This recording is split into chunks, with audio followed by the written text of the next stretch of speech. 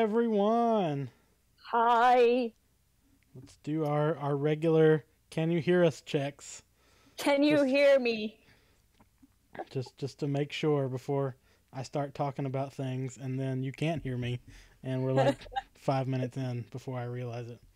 I could hear us both, so I think we're good. Great.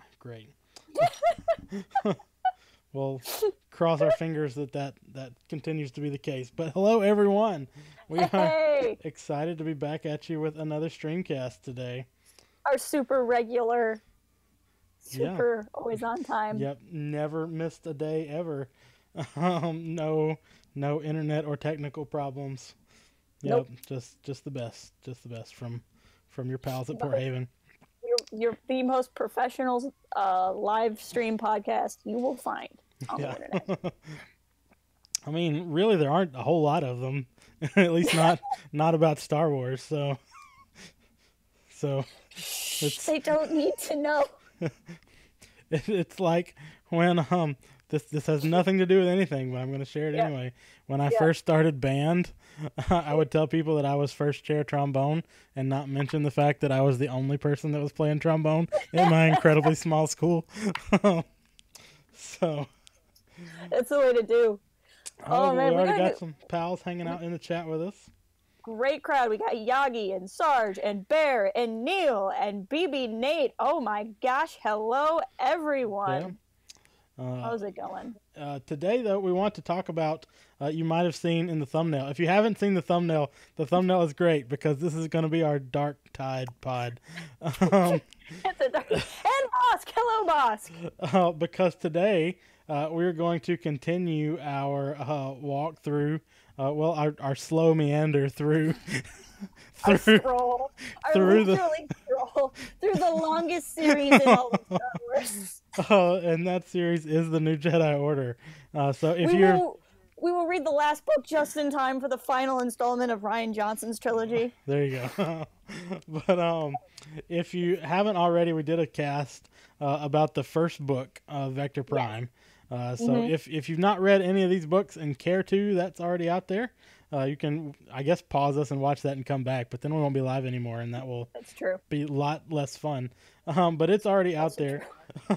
But today we're going to talk about books 2 and 3, so 2 for the price of 1 today on the Streamcast. And that is the Dark Tide Duology by Michael Stackpole.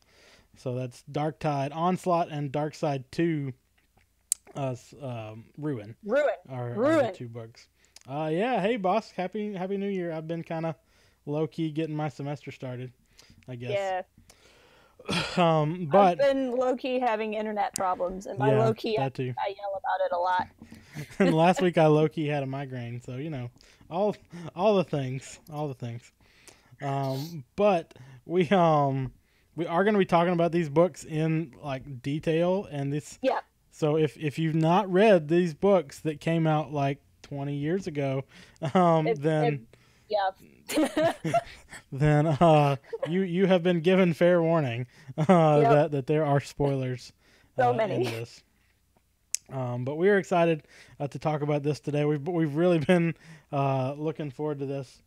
So I've got a list of things I want to talk about to make sure we kind of hit some different things. But before we get into that list, what is kind of your general impression of these books, either on their own or compared to Vector Prime? Did you like them? Did you hate them? So some of you might remember from our Vector Prime discussion, right now in this series, it's a reread for both Django and myself. I never finished the NJO. I stopped about halfway through, not for lack of enjoyment, just because I hit college and didn't have time anymore. But I remembered loving these books, and when I reread them, I still loved them. So that was really fun. Although it was really funny because you were like, I was like, yeah, I think I remember what this duology is about. It's like all about Ethor. And then, as it turns out, Ethor is like the last 50 pages of the second book. So yeah. That shows you how good my memory is. But no, I really enjoyed them. What was freaking me out, I'll kind of bring this up as we hit some of the different topics I know you have on your list, is that there's so many themes that are like, they feel straight out of the sequel trilogy to me. Right. So the story is completely different, right? Sure. Luke has a functional Jedi Academy. He has a very different crop of nephews and a niece. So, and obviously the Vong make it different, but the themes of what it means to be a Jedi felt almost the same to me, and that was really mind-blowing to read. Right. I mean, it really is, and I think I guess it's something that's common just to Star Wars, maybe, but it does feel very sequel trilogy-ish, just because it's not Luke Skywalker figuring this out; it's Jason and Anakin Solo, and there are just so many connections there, and you can almost read part of, like Jaina and Jason and Anakin's thought processes onto Rey and Kylo. I almost said onto Reylo, so maybe it's it's seeped into my brain that they are just one thing and not two separate people. But Good. But no, you're right that's it's there, and I think it means, to me anyway, that the sequel trilogy is not that different from the types of things in Legends that people hold to while they decry the sequel trilogy. Yeah. I mean, obviously, like I said, the events are very different, but it's the same themes in a different wrapper. You know what I mean? And I think that was really important. There was one part, I believe it's in Onslaught. I think it's on Dantooine, where Luke uses the Force to a very extreme degree, right, to help take out a massive portion of the invading Vong forces. Right. And then afterwards, he literally has to take a power nap. Like, he is so tired. And I thought that was a really interesting point, that really felt very much out of The Last Jedi, where, Kylo's like, you can't be generating this, the effort would kill you, and that sort of thing. Where it's just this idea that using too much Force powers makes you tired. Right.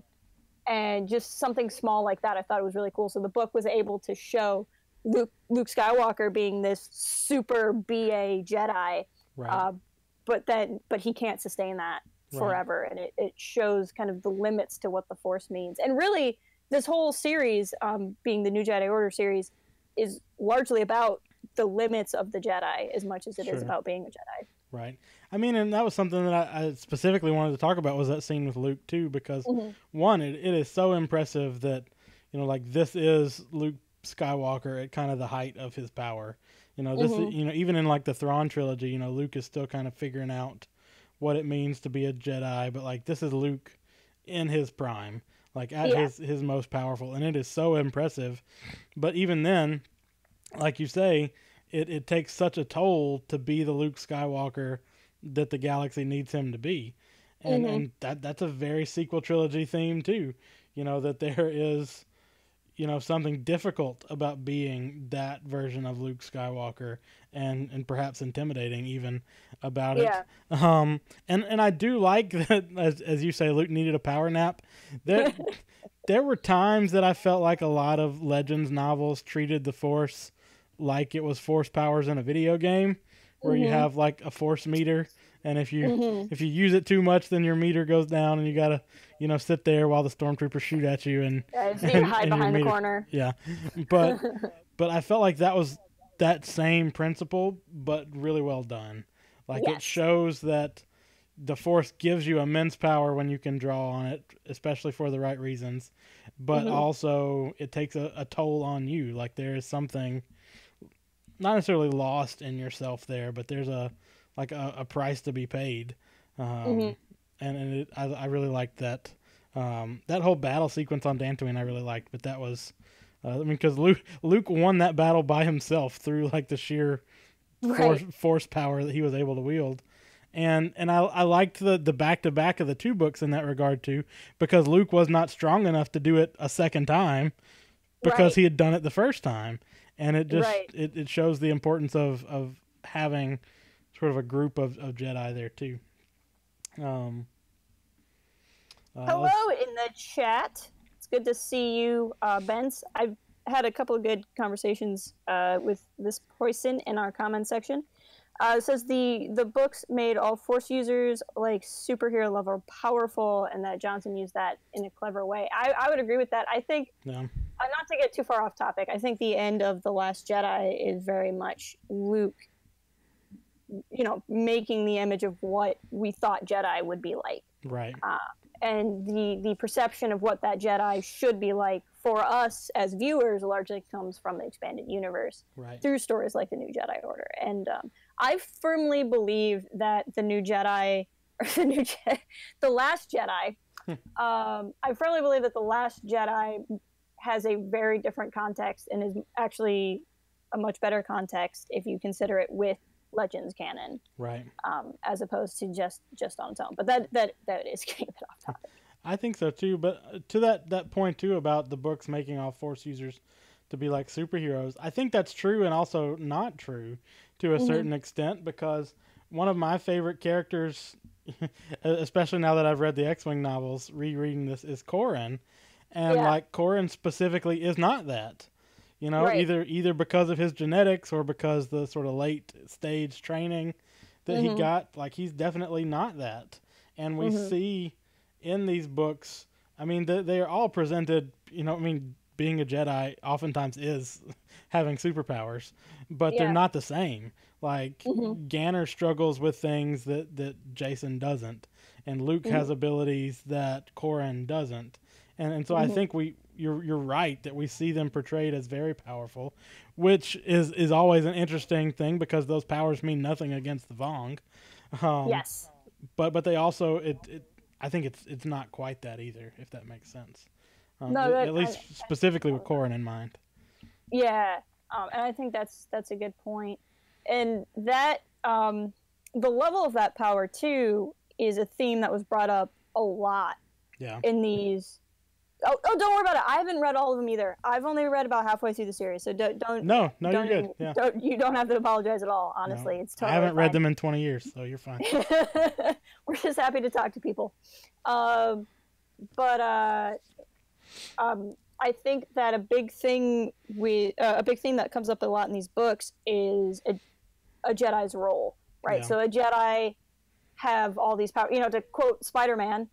With great power comes great responsibility, right? And I think that in this kind of superhero day and age in 2019 now, there's this idea of, the Jedi have superpowers, so they should use them because they can, even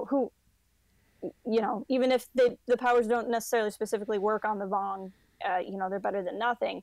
But, there's a big conversation between Anakin, Solo, and Mara Jade on Dantooine. And I know that was one of the points you wanted to get to, is just the idea of just how much responsibility does a Jedi have. Well, and it's a kind of two-edged sword, too, because there's the issue of what is the Jedi responsible for? And Mara tries to give Anakin a perspective that, one, you can't fix everyone's problems, and that oftentimes trying to fix a problem may prevent people from solving a problem themselves or create another problem. Like, that's she's the one that gives him the example of the dam, right?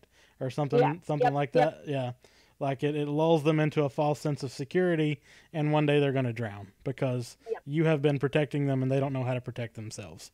But coupled with that, though, and this is something that a quibble is not a strong word, but maybe it's too strong for the way I feel about this. But like Mara also talks to Anakin about being careful and intentional about how you use your Force powers. He's carrying the firewood up the hill, and she says, "No, you need to use your muscles for this one and not your Force, because the Force isn't something to be trifled with."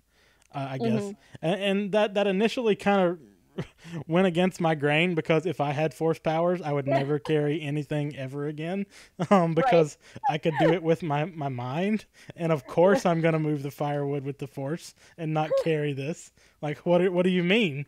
But at the same time, I think there's a reverence to it that Mara's trying to instill in Anakin that I think is meaningful there too.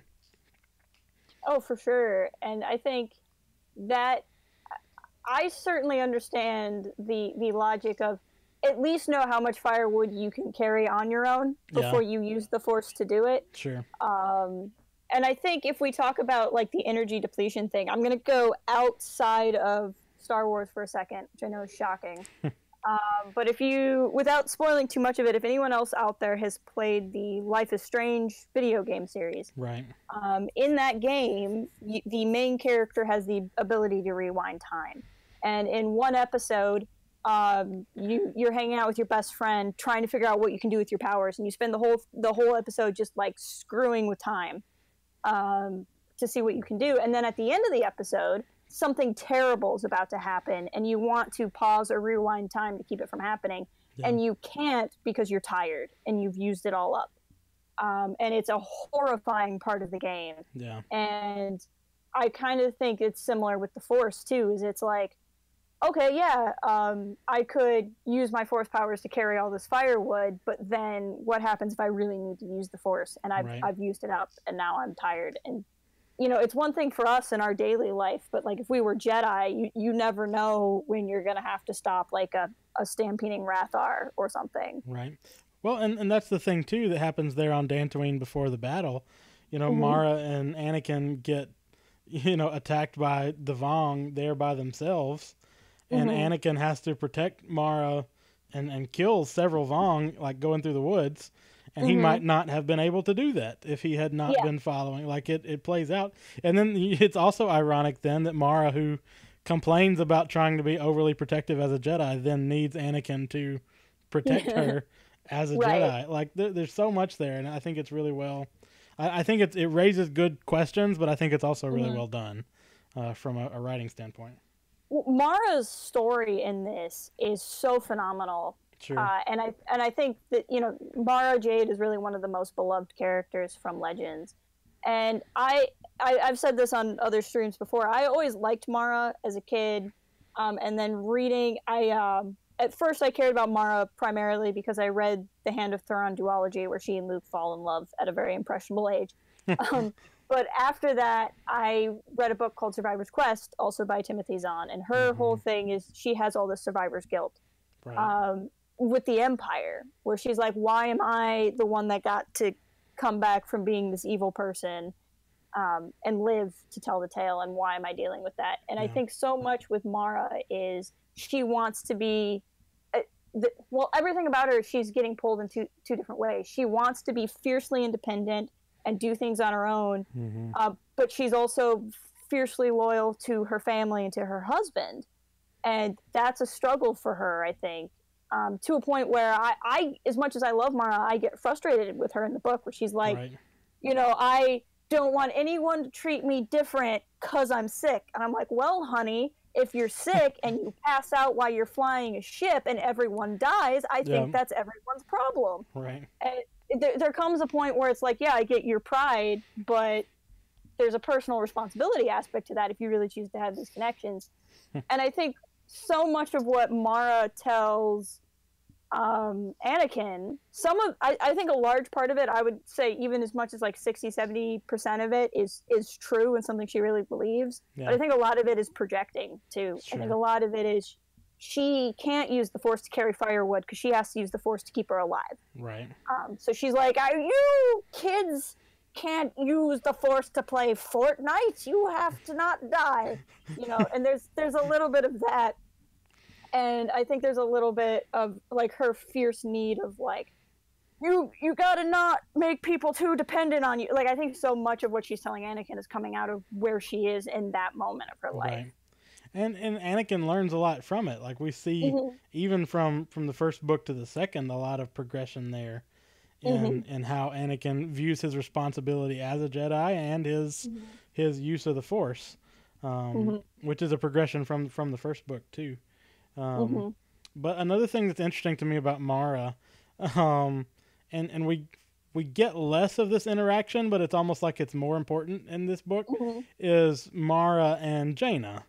Because like one of the interesting things in these books, these two books with Jaina, is that she is so, and this, you know, plays out some in the second book too, so we can go back and forth, but she is so caught up on being given special treatment because of who she is, but also being like resentful of Leia for not pursuing a Jedi path. And so like she has these really interesting issues, and this is almost, you know, another sequel trilogy kind of thing with Kylo even.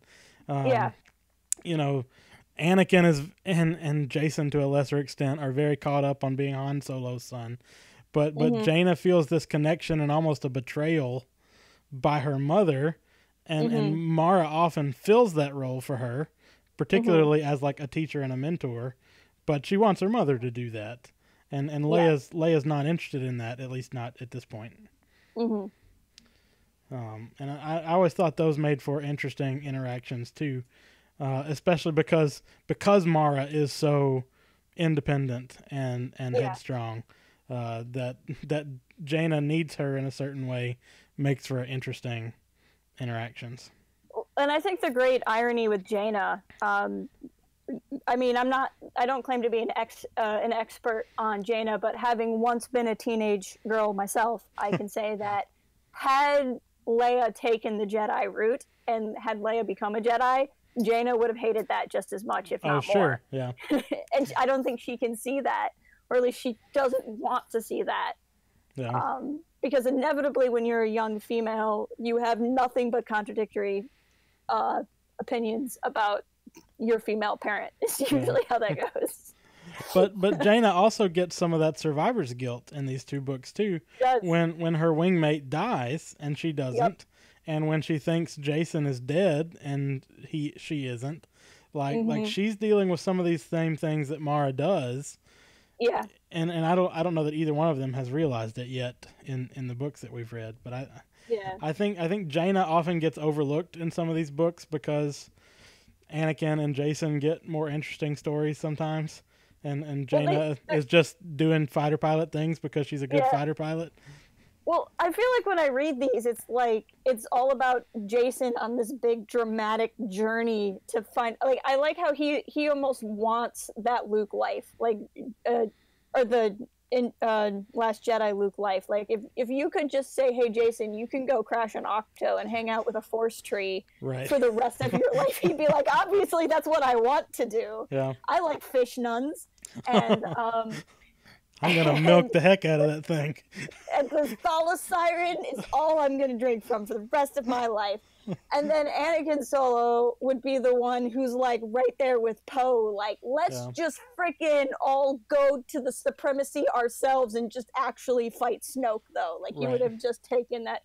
Because they're so dramatic and they're so extreme, their story kind of gets swarmed up where Jaina's like, I'm just going to get the job done, okay? Right. And it's almost uninteresting because she's more logical than either of them. Yeah. Well, and her problems are different. Her problems aren't about what is her role as a Jedi, but like who is she as a person, and that's a different type of issue than what her brothers are dealing with. And I think it makes for a lot of interesting interplay too. I mean, and of course she shows up as a pilot who can do a lot of pilot things, and we don't really see her brothers as having that kind of vocation. I mean, in fact, that's kind of what Jason is struggling with, is what am I supposed to do in terms of like, literally like career might be a bad way to put it, but like what is my role supposed to be? And Jaina doesn't have to deal with those issues at all. I'm trying to see. I feel like we may be having some technical issues here. I don't know that Jess is with us anymore at the moment.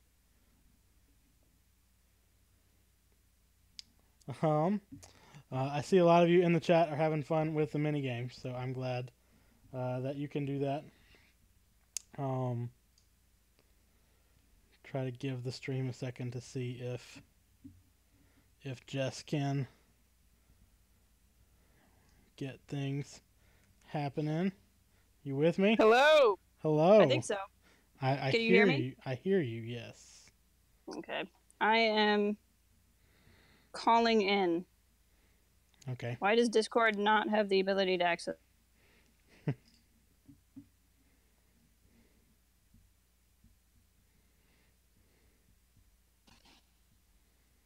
Hello? Hello. Okay, there we are. Hi. Yay. Hi. Hey everyone. Now you're How's it going? you're super sideways now. Yeah. I won't be able to read chat for a while, so I apologize. Sorry about that, guys.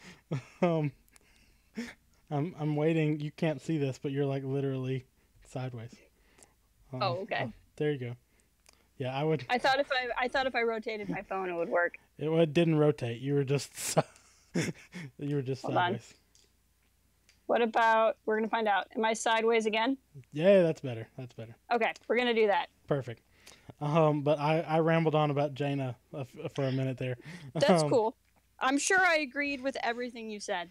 Yeah, I'm pretty sure you did. And we've talked about it. But another thing I wanted to talk about really quickly, kind of before we talk more about the second book stuff, is something that we learn a lot about. I mean, it's important throughout, but something we learn more about in the first book is the sort of Vong religion.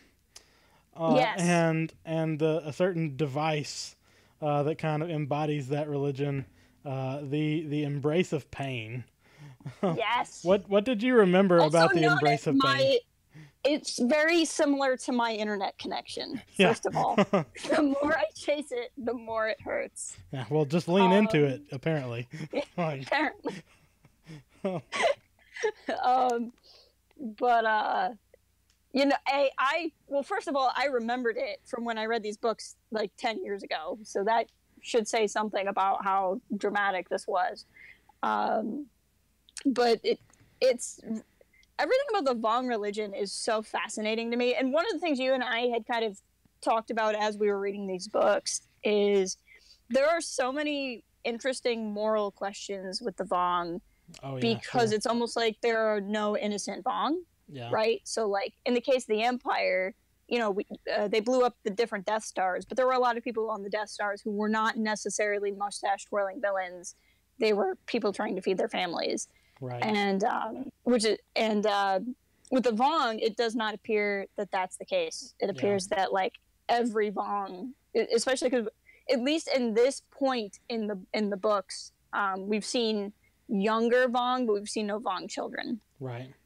And so to that extent, something like the embrace of pain is so fascinating because, you know, there's very few, if any, cultures on Earth I can think of that could even really compare to the Vong, to the point of like, let's mutilate our bodies. Like, if you don't have a broken nose and a jagged limb and a bunch of scars all over your face, you know, you're nothing, and you've not done anything with your life. Right. And that's, I don't know, it's interesting to me, I guess. Well, and it's interesting to me too. What was the name? I'm for blanking on the name. Elagos? Is that his name? Elagos, yeah. I know it. I don't know how to pronounce it. Yeah. But the envoy from the New Republic that like decides to go visit the Vong to try to like learn from them. And like he gets so steeped in that religion like pretty quickly. Like he really does embrace it.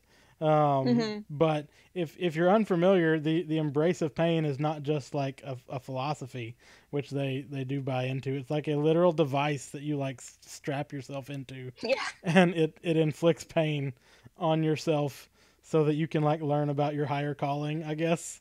Yeah, it's like the opposite of a massage chair. Yeah. It's anti-massage. And what I really like too is we actually saw it for the first time in Onslaught. I think Jason gets trapped in one. Yeah. And then we don't really learn what it is until Ruin. Sure, right.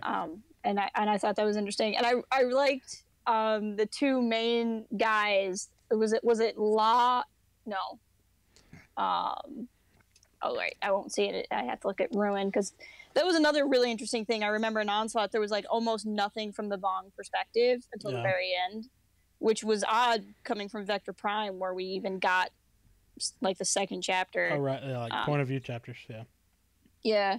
So yeah, Dane Lyon and his buddy. I liked that kind of notion because it was like anytime his underling wasn't doing what he wanted, he's like, you need to go sit in the embrace of pain for a while. Yeah. And it was just like, I don't know. I just thought I found that. I mean, don't come out until you're like enlightened. Yeah. I mean, but it's so different too, because the difference between these two books and Vector Prime too, we're seeing like different sects of the Vong.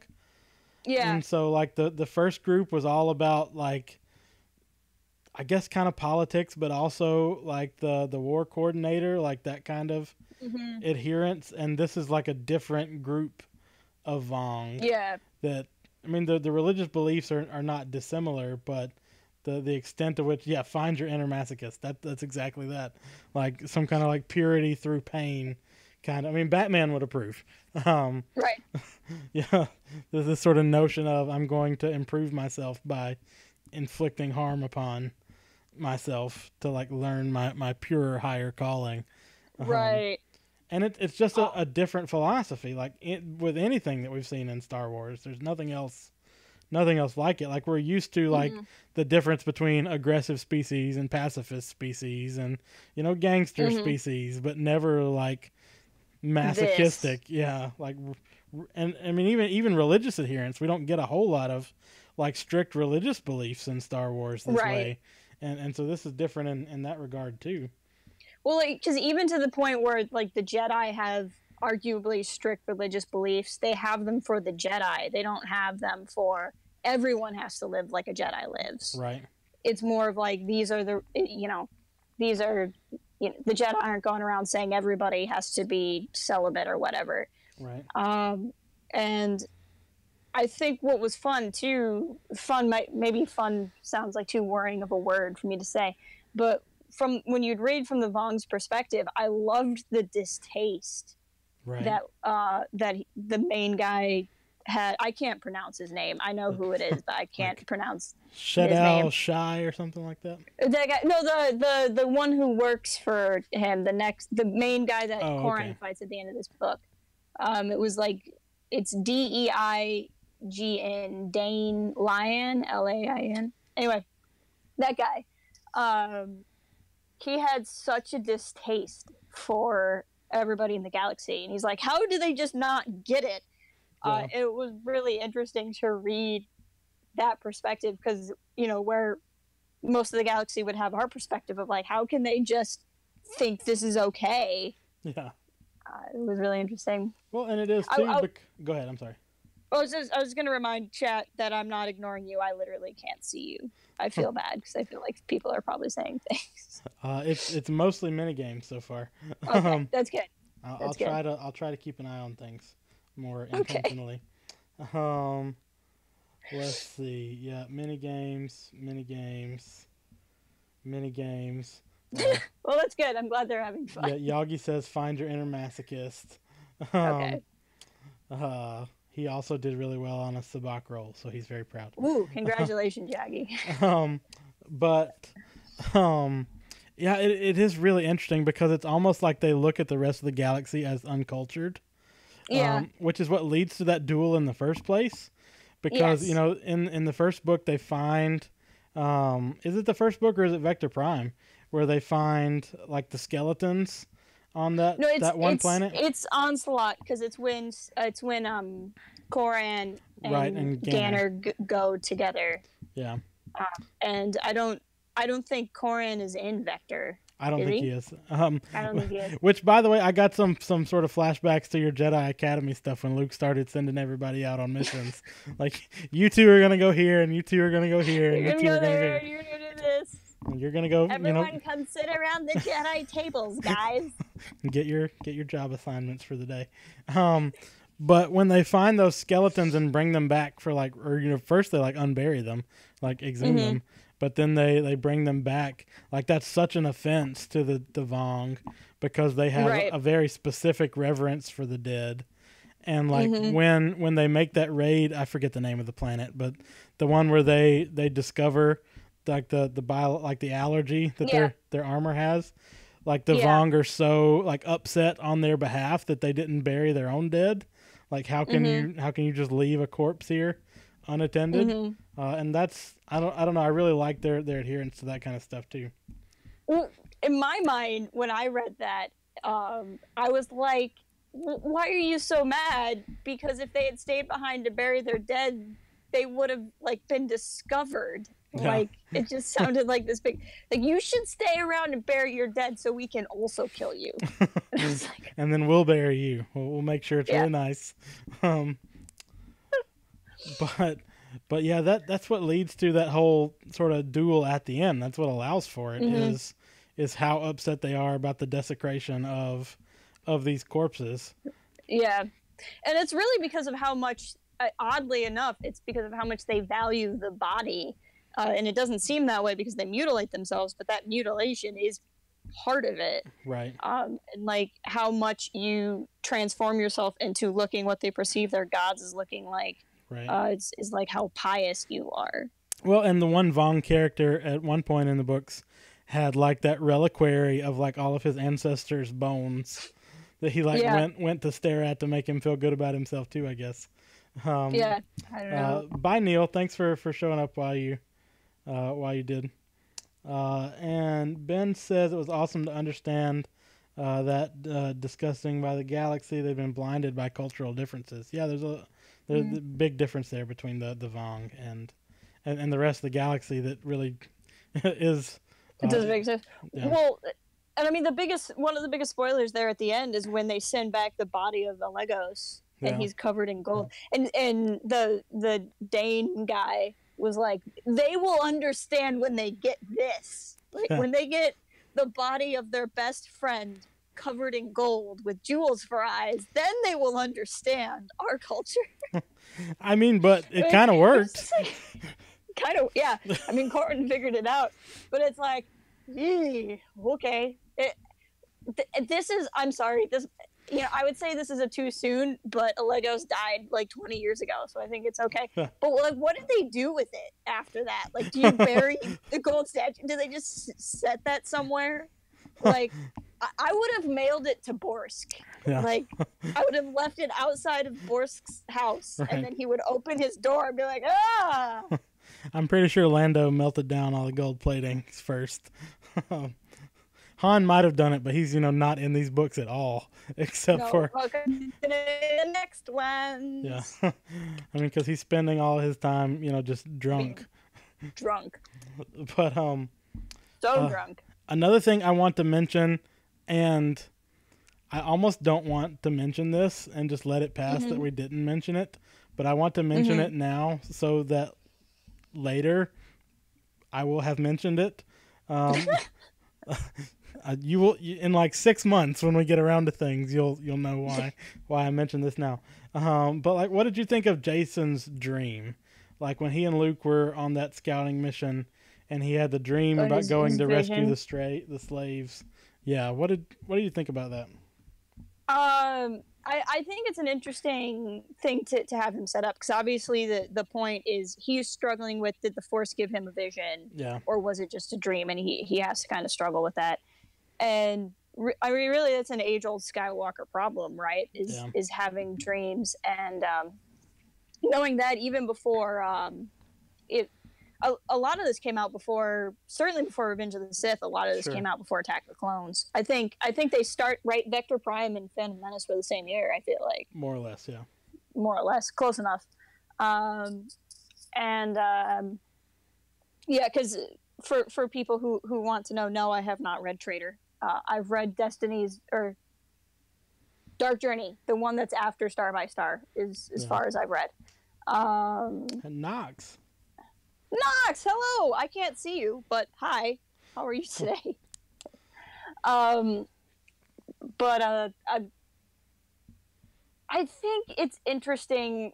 What's interesting to me about that vision with Jason is Jason's core throughout these books so far has been Jedi aren't supposed to be heroes. Right. Jedi are supposed to go off by themselves in deep meditation and think and wonder and be slow to act. And yet Jason has this dream of him running off to rescue people.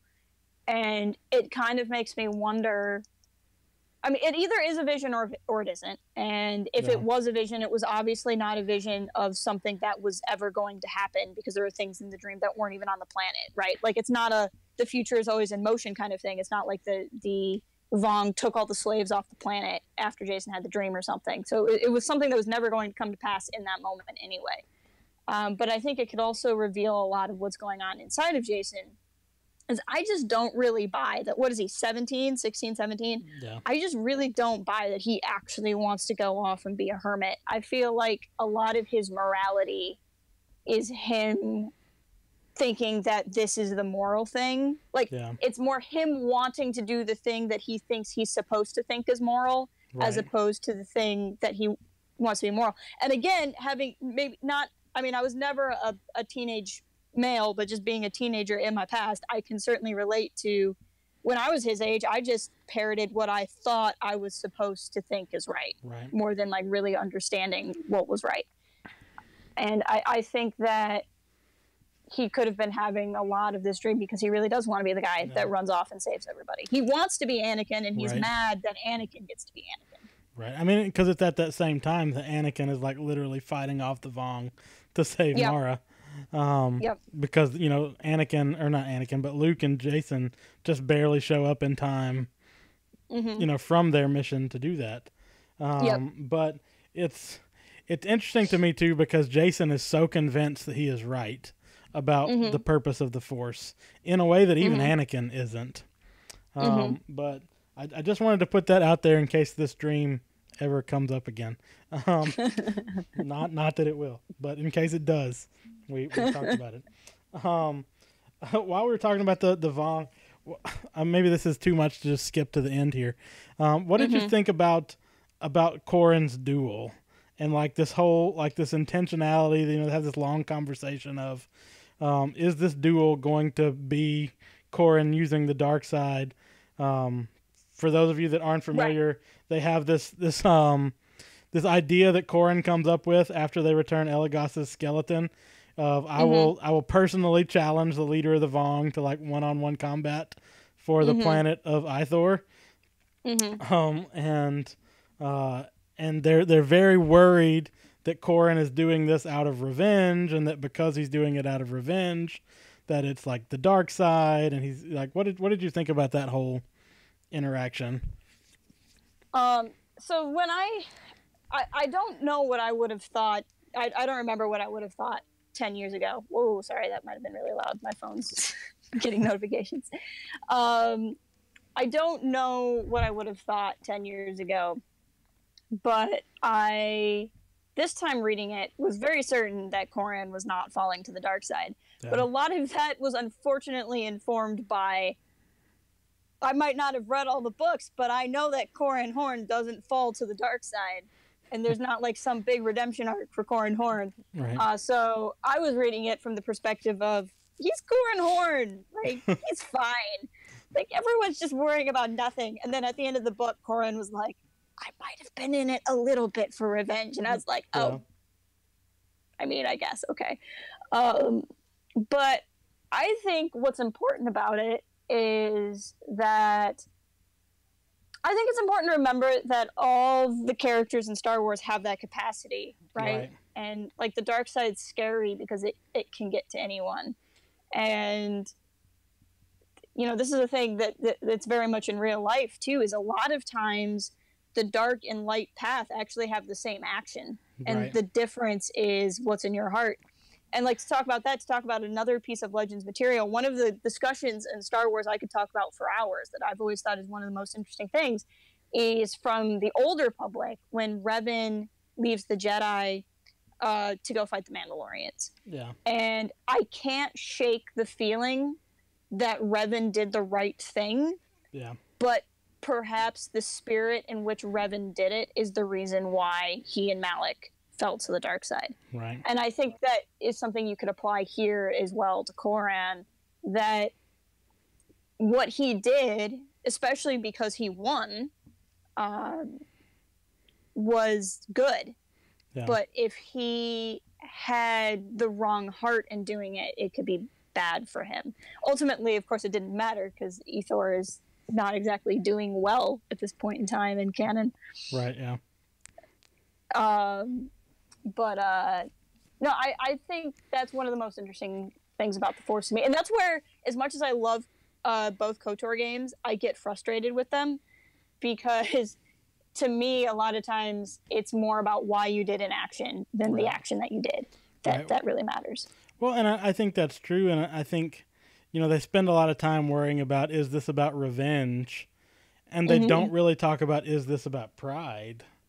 Right. And that's another thing. And it kind of goes along, too, with, I love the scene before the Battle of Ithor when the Ithorians are like, before we let you go down to the planet, you have to go through this, like, ritual cleansing ceremony where you, like, admit a flaw in yourself and commit to giving it up. And that was such a powerful thing. And to see some Jedi be like, no, okay, this is my problem, and others have to struggle with that. I love that scene too, because I think that gets at, yes, we're doing this to save the planet, but like, what are our motivations here? What are the things that even I don't want to admit to myself are my motivations for doing this? And I think it was really powerful that they all had to do that in front of each other. Oh, sure, yeah. Except for Mara. Yeah. Who continues on her I get my own special rules kick for a little bit longer. But I say that as somebody who loves the character, not as somebody annoyed with the character. Right. But I can see the parts of her personality she needs to work on at this point in her life. Yeah.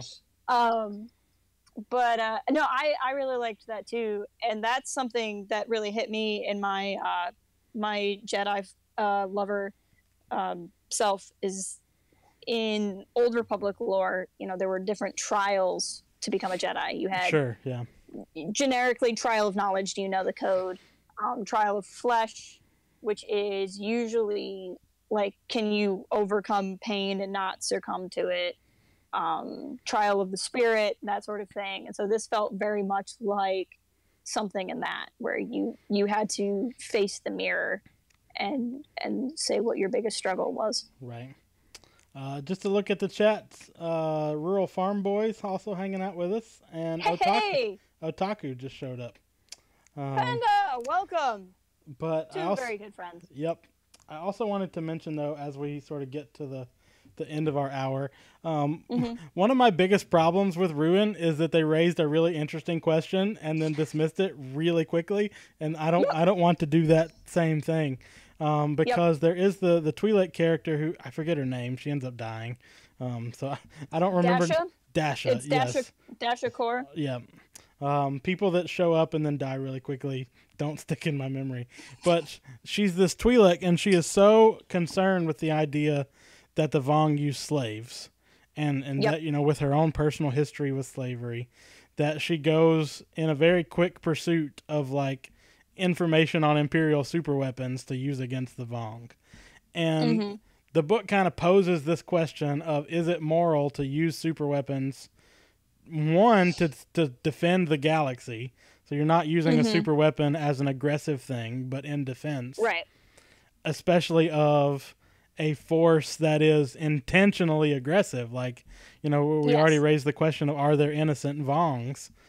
And like, Mara definitely seems down for it. Like, Mara's like, no, super weapons are great if they're used for the right thing.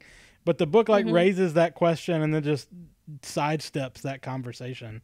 But what do you sort of think about that question, or the question that it poses? Well, and that was part of what I was alluding to, but I knew we were going to come to it later when I said that there's so many interesting things in this book, because, like you said, there does not seem to be any innocent Vong, or at least no innocent Vong with the invading force. Maybe there are some back in their galaxy. And so often the reason to not use something like a weapon of that level is because you'll take out innocent people. But what if you could flip a switch right now? Like, what if it's World War II and you could flip a switch and kill every kind of evil trooper we were fighting against or whatever, but they would actually be evil. It's not somebody constricted and forced to fight or what have you. Right. And that's such an interesting question, and I really want to explore it. Like, really, my thought pattern is like, this is the one time you get to, like, in fiction, talk about, like, okay, what if it really was okay to do something like this? And not that we would end up on that it is, because maybe it still isn't. Right. But then the book's like, okay, well, and because ultimately what it was is that Dasha wanted to do it for the wrong reasons. Right. And so it makes it not okay. But like, what if, and I think to me, the real question, even when you take out, is the opposing force innocent? The real question is, can you ever do something like that for the right reasons? Right. And even if you did do that for the right reasons, would it ultimately corrupt you or break you? Again, to go back to the Old Republic, think of Jedi Exile. Yeah. Who over Malachor was central to killing many, and it wrecked her for the rest of her days, really. Yeah. And even then there's that debate of did she ever fall to the dark side or not because of that act. But regardless of that, she's permanently affected by it. Well, and that's, I mean, the issue of super weapons is going to come up again eventually, but like, I love this question of, are some things inherently dark side? Like, are certain motivations? Yes, like we understand fear and anger as motivations are the dark side, but like, can you do the same thing and it not be a use of the dark side? I think it's such an interesting point. And at least with the super weapons in this book, they kind of bring it up and then dismiss that pretty quickly. But yeah.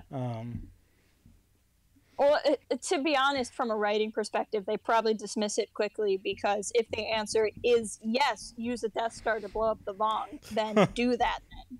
Yeah. And then we have a 5-book series instead of a 19-book series. So unfortunately, I think they raise this really interesting question, and then they have to sidestep it because then you wouldn't have a series. Right. It feels like there was room for somebody else, whether it's Borsk. I don't know that that's in character for him, but like somebody on that council to like say, okay, now that we are recognizing this is a problem, maybe we should. Yeah.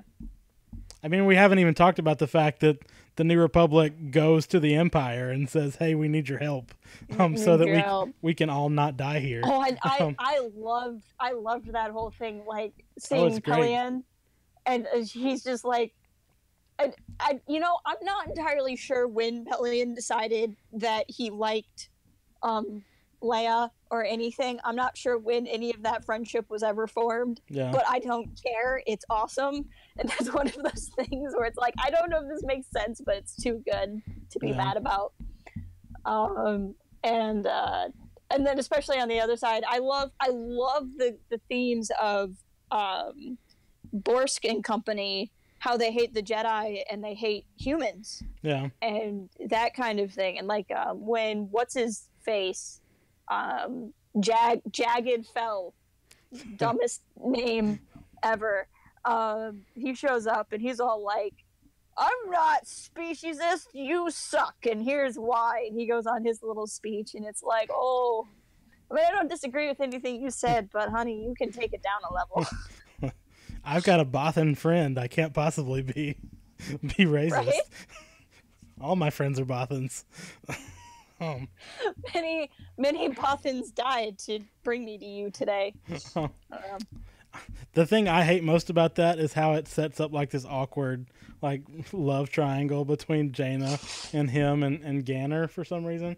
Yeah, I don't know. That's so weird. Eventually she has somebody else, right? Zek or something like that. Yeah, and there was like an actual love triangle. Which I know how that ends up though, because I've read the Legacy comics, and there's little fells running around that have force powers. So I just assumed how that ended up. Well, no spoilers. But speaking of Ganner, just really quickly, he did a pretty quick turnaround too, from being a real like terrible jerk in the first book to like, no, I have changed and realized I was a terrible jerk in the second book. Yep. It was funny too, because when we were reading it, I didn't remember hating Ganner. Yeah. And I'm sure that's because I went through this and I just remembered Ganner like being fine and didn't remember the journey. And so then we were reading him and I'm like, I don't remember this. Like, I don't remember this being a problem. And then I really liked his desire to keep his scar. Yeah, especially because vanity was such a big thing for him too. And there's a small part of me that loves how confused Jason is about that. like, Jason, you want all of the knowledge and the understanding with absolutely none of what it takes to have that knowledge and understanding. I feel you, man. I feel you. Don't we all? Oh, let's see. Jake Rivers also hanging out in the chat with us now. Got a lot of man. pals. And I can't see any of them. Dang it. Yeah, we had a brief technical problem that has rendered Jess blind to chat. But is there anything else, big themes? And there's so much that happens in these books. A lot of good like action scenes and the battle sequences on the herd ships. I really liked the way that was kind of a fake out for the Vong. I thought was really smart. The way that the Empire shows up and saves the day. I just love that idea. Like, I'm going to intentionally time my arrival so that it's the most dramatic possible outcome. There was so much. Like, even now I'm still thinking, like, we barely talked about the New Republic politics, which I think is such a big important part in what's going on, and how they don't trust the Jedi and all of that kind of stuff. Well, and that's going to be kind of the big thing going forward too for a while, is because of what happens with Ithor basically getting destroyed at the end of this novel. The New Republic basically disavows themselves of the Jedi for a while. Right. And that's kind of the state of the the galaxy at the end of this book going into Agents of Chaos is the Jedi. I mean, they're not like outlaws, but they're definitely not sanctioned by the New Republic anymore. Yeah. I'm excited for the next two books. So for those of you at home who are probably really excited to watch me go through all of this, because I know I have like a generic understanding of what happens in the Vong books, and I've had several of the major things spoiled for me, but I don't know how they come about. But like, all I remember about the next two books is Han is moody, is all get out. He's got a dumb bird sidekick that I never liked. I distinctly remember hating this bird guy with a fiery passion. I don't remember why. I just remember I don't like him. And it's where Vergery, however you would say her name, she shows up and she cries. Yeah. And all of that's important. And I'm like, okay, so there's an annoying bird co-pilot, and there's another weird bird lady who's a different kind of bird, and she's crying. Like, what are these books even? I don't understand. But I was, again, a good 10 years. I was Jason's age, so I was. There's a part of me where I get really frustrated with Jason is I was Jason, and I'm like, you need to be smart now. Yeah. Can't handle you. If you ever read Pirate's Price, there are bird people in that too. But different bird people altogether. So many bird people. I mean, to be fair, we have so many not bird people that I guess it's okay to have a couple different types of bird people. But that's kind of where we're going next, is the Agents of Chaos books. And there's a lot of stuff we didn't talk about. So if you have thoughts or questions, if you've read these books, you can check us out on our Discord, especially. Some people talking about that in the chat now. We have a specific spot in our Discord, actually, just for this NJO stuff. So it'll be exciting. And you can always find us on our forums and discuss stuff with us there. Or you can just follow the next book as Jess live tweets it, which is what she did. I'm sure I will. It's going to challenge me, too, because I try not to, openly complain about things, because that's part of our image. But I just distinctly remember not liking these books. And I'm like, James Lucino's not on Twitter. It's fine. I was going to say, yeah, he's not. I mean, I don't think he would care if he did, but I mean, he's already got your money for these. He's good. That's true. But that's kind of where we're going next, and that will still be a little while because we have to, read both of them, and we're also reading lots of other things, too. But that's kind of where we're going next, is to the Agents of Chaos books. But I think, is there anything else you wanted to chime in on really quick? I don't even know. There was so much. I feel like there still is so much more we could talk about. But I think we're good. Maybe we should just start having mini discussions about. Really, you should all just come talk to us in the Discord about it. There you go. All of the time, because then we can talk about it more as we go. But no, I think I'm good for now. All right. Well, until next time, make sure you're following us on all of the things. Like we said, All you of can the find things. in the chat. Lobot's been posting them, but you can also find it usually in the descriptions. But we got a Discord you can follow us on. You can follow us on Twitter at Port Haven Forums. We are on Instagram now at the Star Wars Refuge.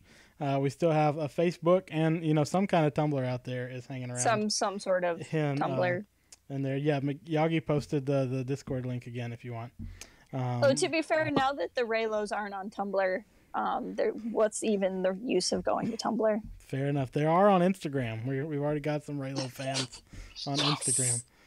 I've been a bit too scared to just search for Raylo on Instagram, but we've already picked up a few.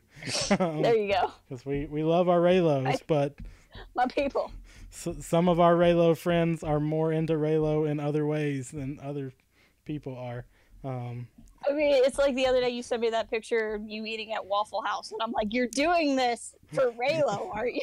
Of course, yep. Because Adam Driver got nominated for an Oscar, but you ate at Waffle House, right?